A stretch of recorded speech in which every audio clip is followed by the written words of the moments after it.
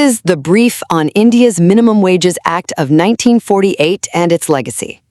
So let's talk about the Minimum Wages Act from way back in 1948.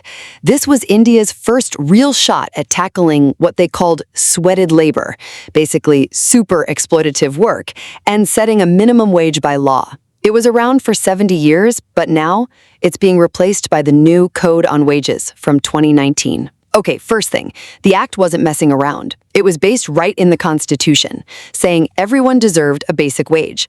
Not just enough to scrape by, but enough to, actually keep working efficiently. And the Supreme Court backed this up, saying it didn't matter if a boss couldn't afford it, paying the minimum was an absolute must. But second, here's where things got tricky. The structure was just too complex. The idea was to list specific jobs needing protection, right? Well, that system kind of snowballed into, honestly, a mess. We ended up with over 1,900 different minimum wage rates across states and job types.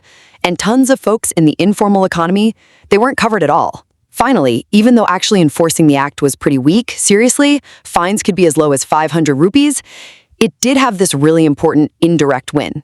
They call it the lighthouse effect. Basically, just having that official minimum wage acted like a benchmark, and it genuinely helped reduce wage gaps. Studies show it explains a huge chunk, like maybe 78%, of why wages went up for the lowest paid workers between 2004 and 2018.